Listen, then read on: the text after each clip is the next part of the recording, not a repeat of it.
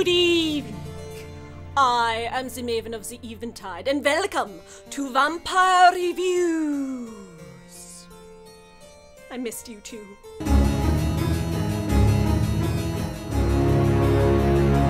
Tonight, we will sink our teeth into Joel Schumacher's 1987 vampire classic, The Lost Boys. Boys don't lie. Now, there were many vampire films released in the 80s, but none of them 80s as hard in their 80s-80s-ness as Lost Boys. 80s. Now, I'm not saying this is a bad thing. As much as we mock the 80s now, it's with fondness for the outrageous decadence, and this movie is beloved, remembered as amazing, considered by many to be one of the best vampire movies of all time. But is it really all that great, or is a certain generation clinging a little too tightly to their nostalgia goggles? Well, let's take a good, pointy look. The story begins when a newly divorced mother and her two sons move in with crazy grandpa to start a new life in Santa Carla, the boardwalk beach murder capital of the world. A lot of California towns are named after saints, but I've never heard of a Saint Carla before. I don't think God's doing a lot of bragging about it either. But anyway, turns out this town is plagued by a gang of vampire hooligans, and they decide the older son Michael is going to be their new recruit. Hijinks ensue. So, why does everyone love this movie so much? It came out the same year as Catherine Bigelow's Near Dark, an arguably better film. Both movies are credited for rewriting the book on vampires and pop culture with their modern punk takes, but why did Lost Boys make 10 times as much money and garner a raging cult following enduring for decades, while Near Dark was doomed into the background? One word. Teenagers. 2 words. Cool teenagers.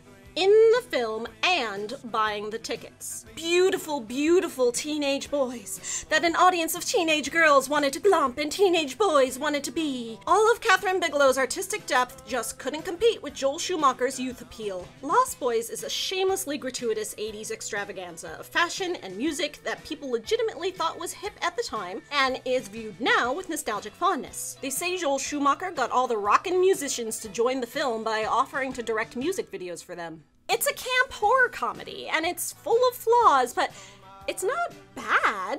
From the start, it does a great job of setting up the strange atmosphere of horror taking place in the last sort of environment you'd assume would be horrific. When you're strange, when you're strange. See?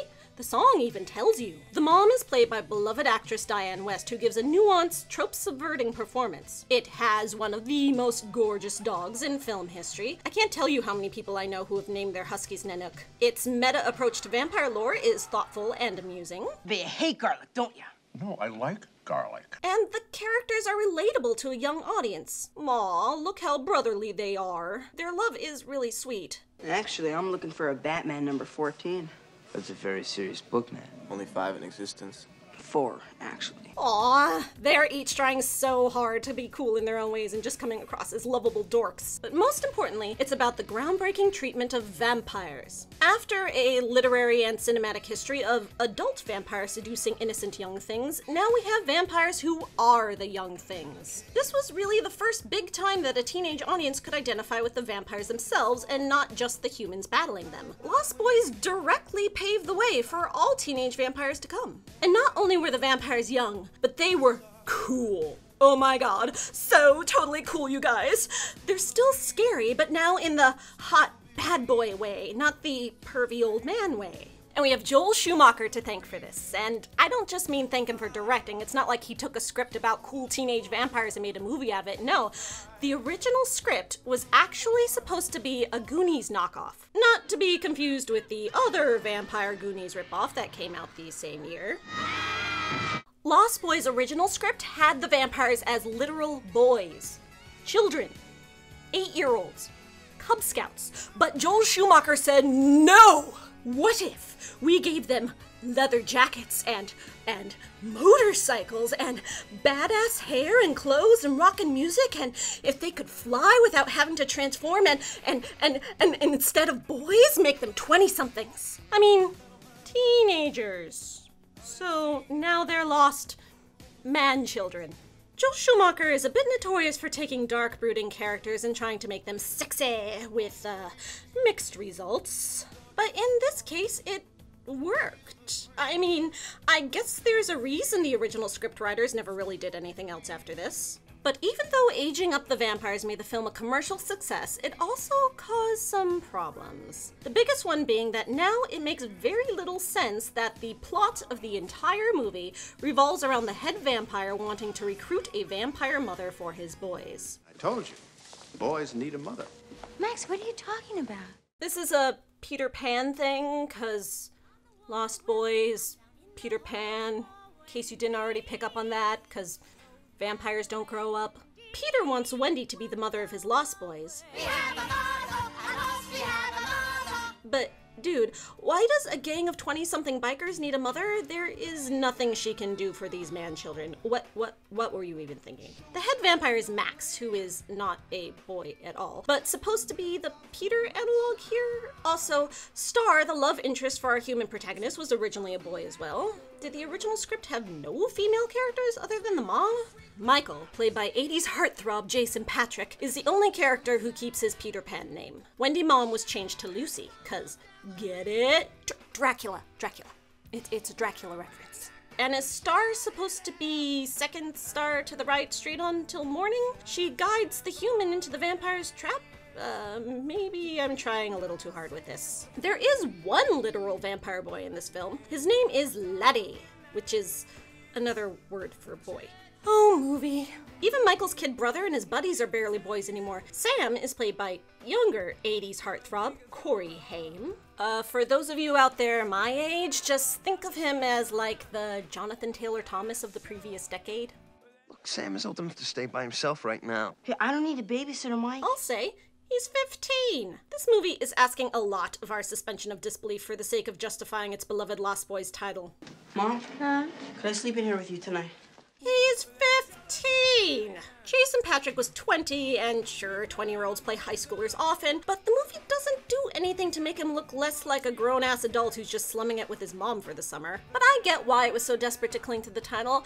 All good vampire takes are stories about the human condition, and something as relatable as youths who feel lost and alienated in a changing world during times of emotional and physical growth is a great thing to pull a vampire metaphor out of. The inherent sexuality to vampires appeals to people in stages of their life where they are discovering their own sexualities. Like Peter Pan's Lost Boys, these vampires will never grow up more than they already are. Sure, they all look old enough to be grad students, but they still act like eternal hoodlums with no responsibilities, so it works, kinda.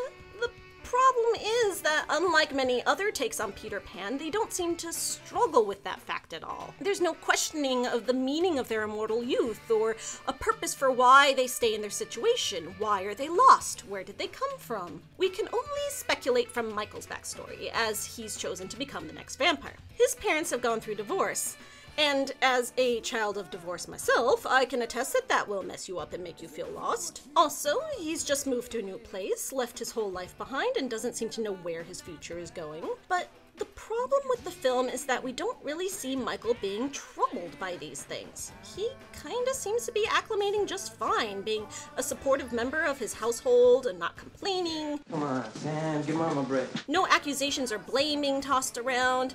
If anything, he's just kind of coasting. His lack of struggle at least is consistent when he's obviously less than interested in the vampire's wild and crazy lifestyle as they try to suck him into it. He so obviously does not find it appealing at all, other than his attraction to the one female of breeding age in the film. But without showing any allure on Michael's part, we're left wondering again just how the vampires fit into the Lost Boys metaphor at all. It's ultimately a disappointingly shallow comparison. Kiefer Sutherland famously plays David, the leader of the pack, as it were, of the vampire man-children. Maggots, Michael. You're eating maggots. How do they taste?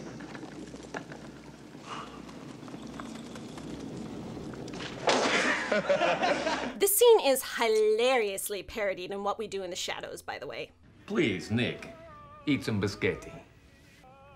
I didn't realize you enjoyed eating worms, Nick. Look, They are worms. We stole that idea from the Lost Boys, but I put a nice twist on it. Nick, how did it feel to have a snake for a penis?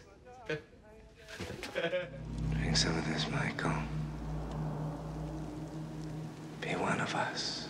We find out at the end of the film that the reason David targets Michael is because his vampire daddy told him to, as a way to lure Lucy, into being the vampire mom they so obviously need. But without that information for the bulk of the movie, David's interest in Michael comes off as a seriously obsessive crush.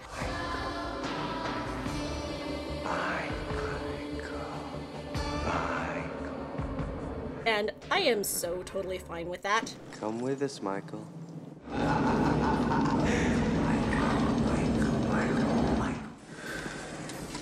Take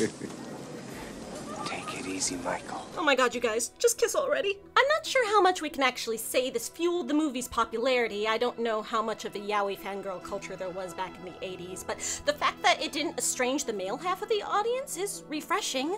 I mean, considering how much no homo they added to an actually bisexual vampire movie in the 90s, it's nice to know 1987 was willing to go there so shamelessly. I'm sure having Joel Schumacher as a director helped. I mean, the man knows what he likes. Did this oiled up sax man really need so much screen time? Of course, the movie did add in the love interest character and a completely unnecessary sex scene, probably to distract any critics who might pick up on all the homoerotic subtext and go, wait a minute. Seriously, this sex scene is motivated by what exactly? They've exchanged like 12 words, and aren't you both supposed to be in mortal terror right now?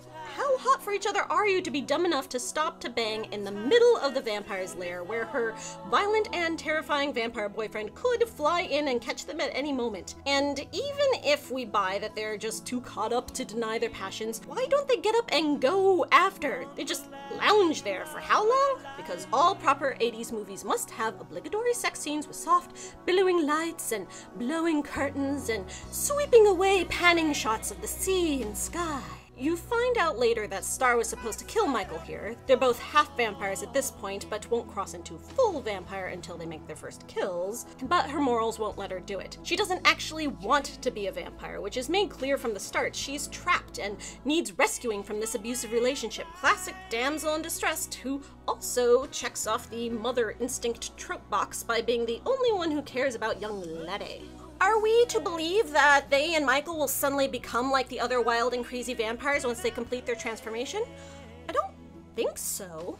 The movie gives us no information in the vein of, like Buffy, where they lose their souls or change personalities once they're turned. Sam and his wannabe Goonie friends are likewise repulsed and horrified by the vampires. None of the humans in this movie find the vampire's lifestyle attractive. So why did the audience? Well, that's effective filmmaking. The movie shows us how cool the vampires are, the way they dress, their hair, their music, their lack of fear, their freedom, their strength, their power. Something young people love to fantasize about. But then, the movie gives us an out. It says here that if you kill the head vampire, all half vampires will return to normal. Yes. Here we have the takeoff of the pop culture notion of, if you kill the head vampire, the curse is lifted. The only way to get Bart back is to kill the head vampire. So, you could dip your toe into the coolness of being a vampire, but then go back to normal once you're done.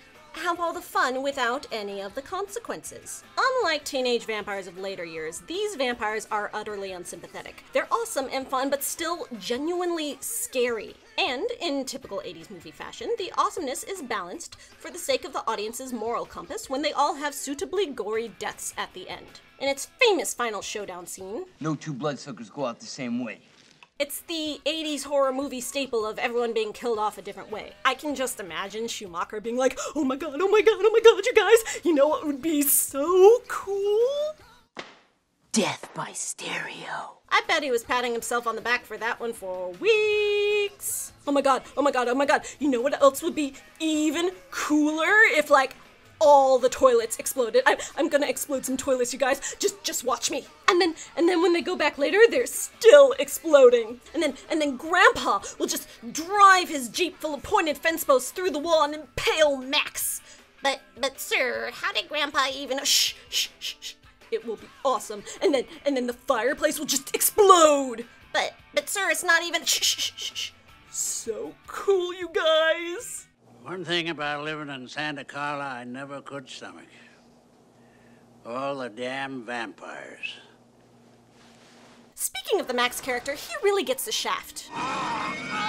Besides that, One of my favorite vampire tropes is their obsession with morality. Vampire stories where the powerful, scary monsters have a weakness, or even fall in love with the fragile mortal and wish to make them strong and like them to become equals. And we all know that if there's a character named Lucy in a vampire story, she is going to be the vampire's object of desire. But Max's interest in Lucy doesn't come off as desire or obsession. He doesn't even seem to be into her at all. He just wants her as a mother for his boys. Even Peter's interest in Wendy was more complex in a childish first love sort of way. The film made him a grown man. They could have done so much more with that relationship.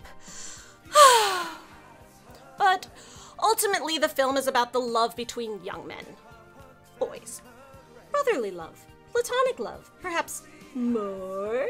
These are good themes, and I don't mind that the focus stayed on them.